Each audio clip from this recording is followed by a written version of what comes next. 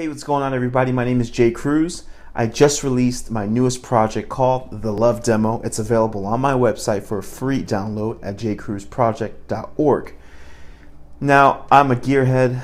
I love guitar stuff, and I thought it'd be kind of a cool idea to walk you through some of the gear that I use to record this demo, as well as what I basically use on a day-to-day basis. I'm also the music director at my home church here in the Bronx, New York, the Sanctuary Fellowship.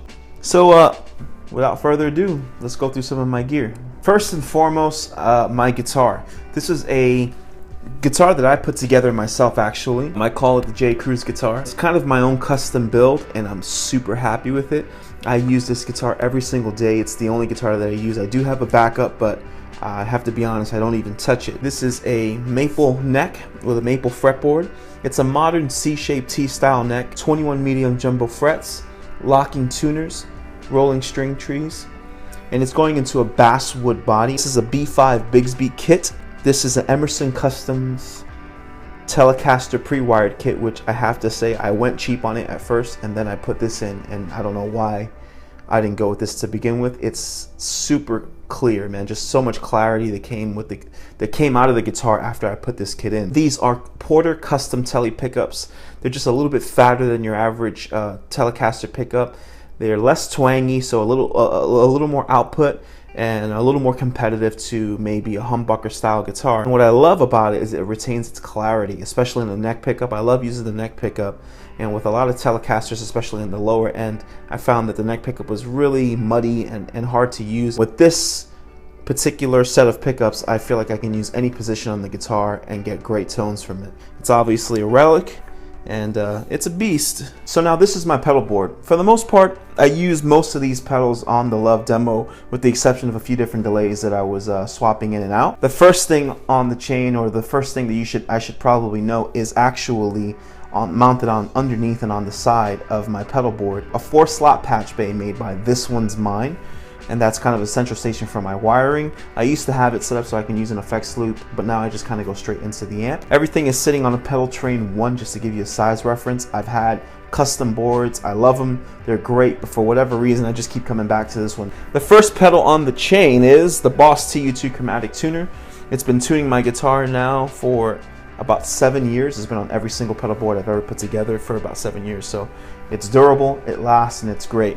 That goes into the MXR Dynacomp. That then goes into the Crybaby Mini Wah. It's been fantastic. It's obviously a small footprint, but it's very updated as far as the Crybaby Wahs go. From there we go into the JHS Double Barrel. This is a 2-in-1 overdrive. It's basically 2 different overdrives under one housing.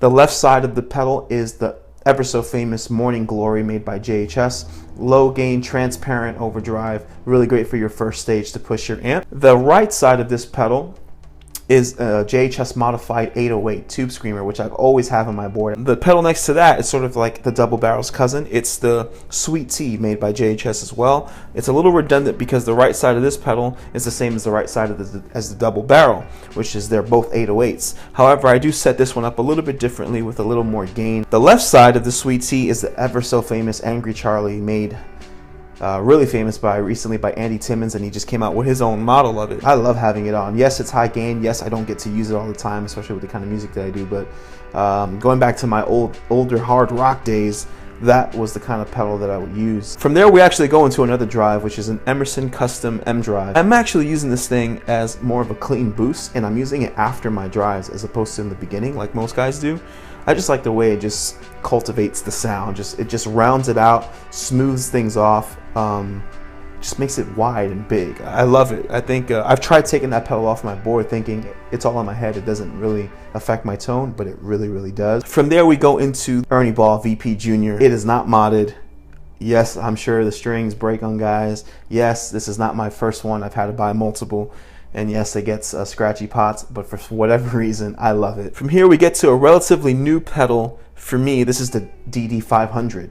Anyone who has seen my pedal boards in the past, if you go to my Instagram, I post them up all the time, knows that I've always had a minimum of two delay units on my board, sometimes even 3. This one has replaced all of them. This is just a beast of a pedal. The thing that sold me on it is the simultaneous mode, which allows me to go to be able to use 2 presets in one bank. I can actually stack delays just like I would with any other delays. All the recording that I'm doing and playing with click tracks at the church, it's important for me to be able to dial in exact BPMs and also be able to save settings and patches. And this does it all, man. Really, really great. From there, we go into the Strymon Blue Sky. I'm actually using a plate on the normal setting. I think just the plate kind of warms a little better, doesn't bounce kind of as much and doesn't get in the way. I'm not a huge reverb guy, but just enough to be able to give me that nice wet sound. This is a pedal made by a company called Backtrack out in the UK, B-A-K-T-R-K, I believe. It's a loadable pedal. On the side of this pedal here, it's an SD card where you can load MP3s into it. And these various functions allow you to control or tell it which MP3 you want it to play. I've done something maybe a little unique, maybe not.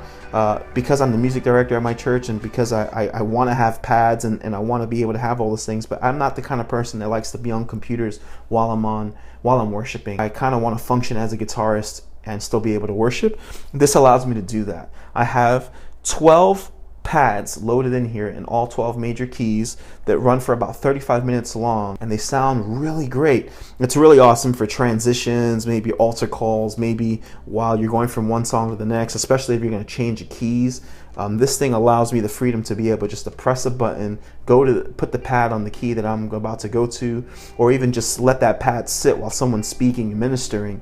It's just really ambient, really beautiful. You don't have to use it the way I use it. You can do anything with it, but that's how I've been using this pedal. This right here, this is actually aux switches that were made specifically for the DD500. The DD500 has an expression out that allows you to assign up to 2 aux switches. So this one's mine. The same company that makes that patch bay there made me this. And I believe you can assign it to do a whole lot of things, but I'm currently using it to bank up and bank down on my various banks. Just makes life a little easier. That's my pedal board. Let's move on to the amp. This is the amp that I've been using. This is a Fender Hot Rod Deluxe. Just got back to me from the shop actually because it did fry out, I have to admit.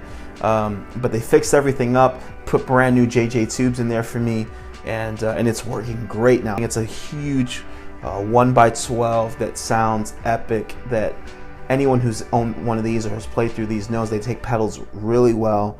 They have an awesome clean channel, but it doesn't get frail when you put pedals into it. This is my baby, Fender Hot Rod Deluxe. Last but not least, some of the accessories that I'm using. For example, I'm using gravity picks. These are the classic pointed big minis 1.5s. I have to admit they've been phenomenal, the best picks I've ever used. As far as strings, I use the Dario NYXLs, the 9 gauges, the purple pack. I know I'm a lightweight. These bad boys right here, these are Mogami cables, Meet Electronics M6 Pros. You've seen them before. They're not super high grade, but they're very affordable, and that's what I use as my in-ears. Probably the thing that has been really important to me lately with all these new guitar parts that people are using capos with is my G7th capo. Well, that's it, guys. That is my rig. Thank you so much for watching. Stay tuned for part 2 of this video where I'm actually going to play through the rig so you can hear some of the tone. I will be miking my Fender Hot Rod Deluxe with the SM57 going straight into my DAW. Hopefully, I can get it to match what I hear in the room. Comment below. Let me know if you have any questions. Thanks and God bless.